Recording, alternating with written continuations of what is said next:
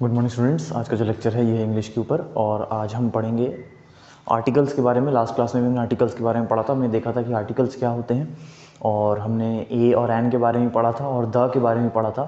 सो आज हम पढ़ेंगे कि ए और एन को हम यूज़ किस तरीके से करते हैं एक सेंटेंस में। हमने द के बारे में पढ़ा था कि हम किस तरीके से यूज़ करते हैं। सो आज हम ए और एन को यूज़ करना हम सीखेंगे और हम ये डिफ्रेंशिएशन देखेंगे कि हम किस तरीके से ए को यूज़ करते हैं, कहाँ पे हम एन को यूज़ करते हैं, कहाँ पे हम ए और एन को अलग अलग तरीके से यूज़ करते हैं। मतलब कि हम ए की जगह एन लगा सकते हैं, एन की जगह ए लगा सकते हैं या नहीं लगा सकते, और उनके रीजंस क्या हैं वो भी देखेंगे आज। तो सबसे पहले ए और एन, इनके हम यूजेस देखेंगे। सो इनका जो यूज़ है वो सबसे ज़्यादा डिपेंड करता है कि हमने इसमें वॉवल क्या यूज़ किया है। जो वॉवल्स होते हैं, वॉवल्स मैं आपको बता देता हूँ।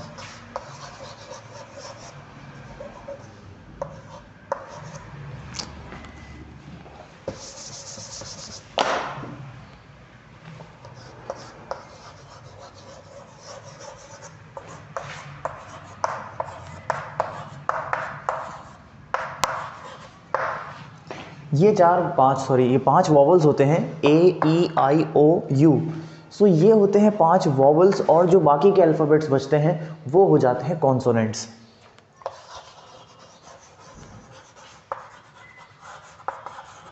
जो रिमेनिंग अल्फ़ाबेट्स होते हैं उनको हम कहते हैं कॉन्सोनेंट्स। और जो ए ई आई ओ यू, ये जो पांच अल्फ़ाबेट्स हैं ये होते हैं वॉवल्स। तो आप ध्यान रखिए कि जब भी हम वॉवल्स को यूज़ कर रहे हैं किसी भी सेंटेंस में, यानी कि किसी भी एक वर्ड के पहले अल्फ़ाबेट में अगर कोई सा भी इनमें से वॉवल आ रहा है तो वो वर्ड के आगे लगेगा एन। हमेशा याद रखिए कि वॉवल्स के साथ जो है हमेशा हमको यहाँ पे एन का यूज़ करना है, और जहाँ पे कॉन्सोनेंट्स हैं वहाँ पे हम यूज़ करेंगे ए। यानी कि जहाँ पे कॉन्सोनेंट्स वहाँ पे ए और जहाँ पे वॉवल्स वहाँ पे एन। अब जैसे हम कुछ एग्जांपल देख लेते हैं जहाँ पे कि हम वॉवल्स को यूज़ करते, वॉवल्स में जहाँ पे हम एन का इस्तेमाल करेंगे उसके हम कुछ एग्जांपल्स देख लेते हैं। तो पहला एग्जांपल है, ये है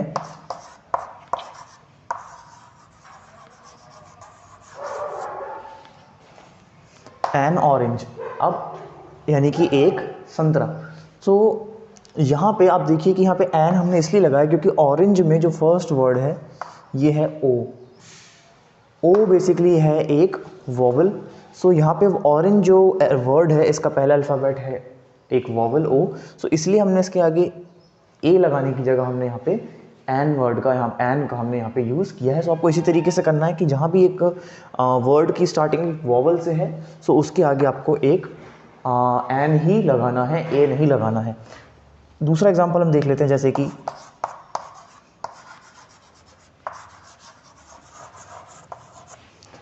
एन अम्ब्रेला। सो ये दूसरा हो गया।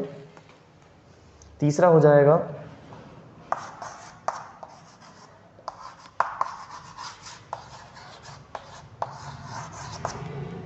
N ink pot.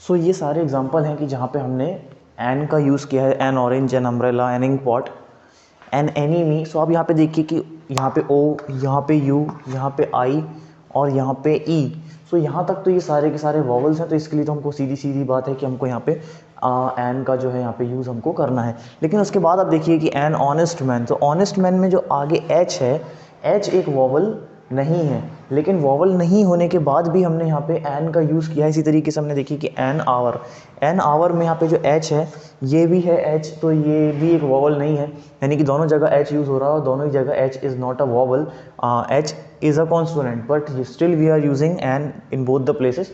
सो इसका जो रीज़न है वो रीज़न ये है कि यहाँ पे जो प्रोनाउंसिएशन है ऑनेस्ट का और आवर का, सो इसका जो हम यहाँ पे ऑनेस्ट बोल रहे हैं तो ऑनेस्ट जो है वहाँ पे एच साउंड नहीं कर रहा है। यहाँ पे जो एच है ये साउंड नहीं कर रहा है, ये ऑनेस्ट जो है हम बोलते तो इसमें ओ साउंड करता है, सो हम हॉनेस्ट नहीं बोलते, हम ऑनेस्ट बोलते। तो यहाँ पे एच जो है वो एक तरीके से साइलेंट है, तो यहाँ पे जो साउंड आ रहा है वो आ रहा है ओ का, और क्योंकि ओ एक वॉवल है इसलिए हमने इसके आगे एन का यूज़ किया है। इसी तरीके से हमने यहाँ पे नेक्स्ट वाले में आवर, तो हम इसको हावर या होवर इस तरीके से नहीं बोलते, वो गलत प्रोनाउंसिएशन है इसका, इसको हम बोलते हैं एन आर।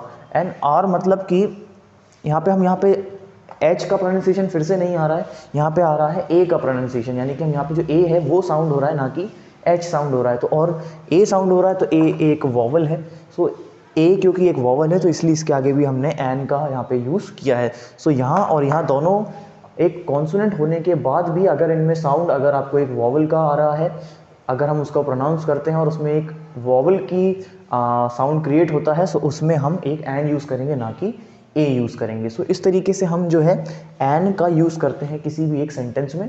सो ये हमारे वॉवल्स हैं और ये हमारे एग्जांपल्स हैं कि कहाँ कहाँ हम एन को यूज़ करते हैं। सो इनको आप नोट कर लीजिए।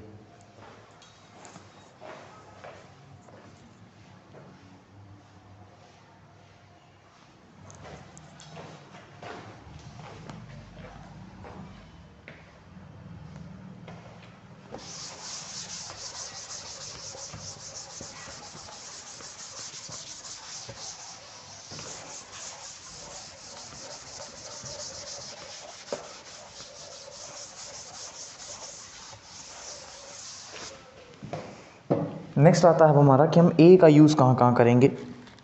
सो ए का हम यहाँ पे यूज़ करेंगे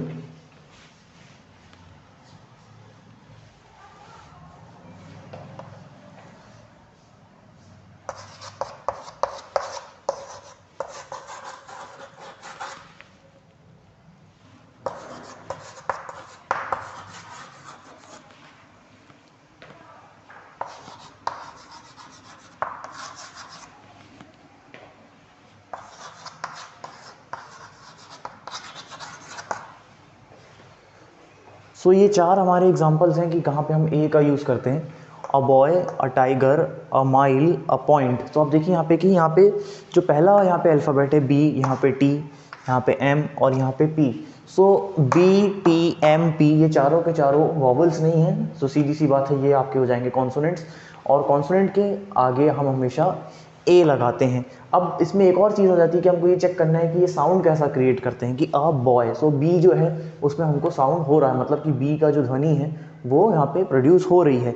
टाइगर का टी यू कैन ईजिली आप समझ सकते हैं कि यहाँ पे टी जो है वो प्रोनाउंस हो रहा है इस तरीके से, एम भी प्रोनाउंस हो रहा है यहाँ पे और पी भी प्रोनाउंस हो रहा है। तो यहाँ पे हमको किसी भी वॉवल का साउंड क्रिएट नहीं हो रहा है, तो हमको वॉवल का साउंड भी क्रिएट नहीं हो रहा है और ये ऑलरेडी कॉन्सोनेंट्स हैं, तो इनमें फिर हमको एन प्लेस करने की ज़रूरत बिल्कुल भी नहीं है, हमको इसमें सीधे सीधे बस ए ही लगाना है। सो ये चार एग्जांपल थे कि जैसे a boy, a tiger, a mile, a point.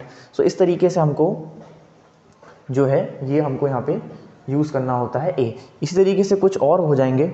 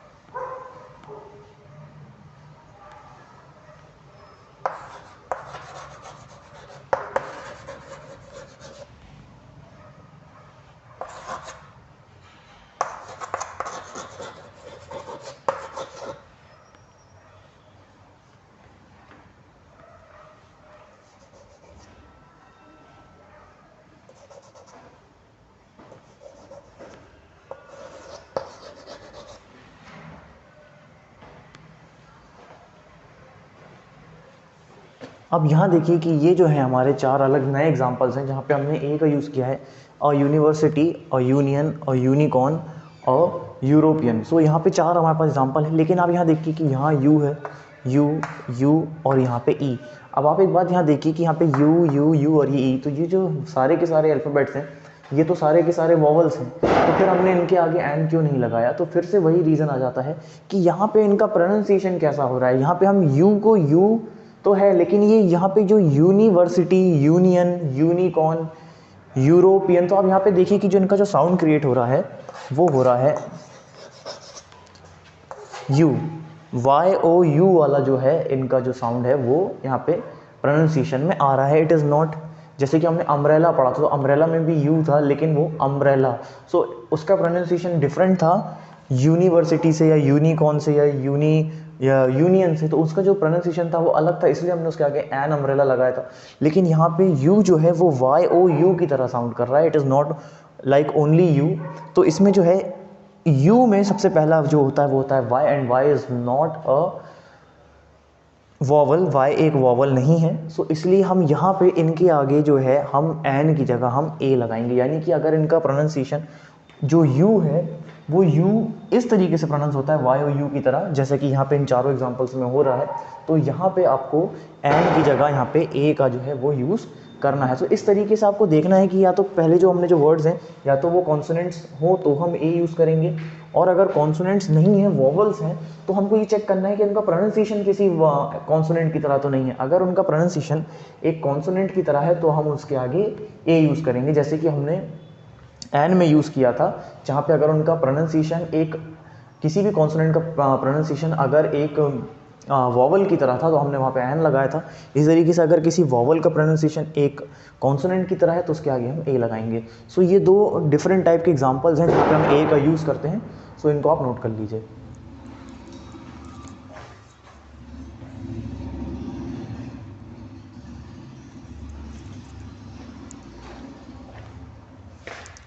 सो आज की क्लास में हमने पढ़ा कि हम ए और एन को किस सेंटेंस में किस तरह से यूज़ करते हैं, वॉवल्स क्या होते हैं, कॉन्सोनेंट्स क्या होते हैं, हम किस तरीके से ए और एन को वॉवल्स और कॉन्सोनेंट्स के साथ पेयरिंग करते हैं, उनके साउंड जिस तरीके से क्रिएट होता है उसके हिसाब से हम उनकी पेयरिंग करते हैं, और हमने उसके एग्जांपल्स भी देखे आज। सो आज की क्लास के लिए इतना ही, थैंक यू।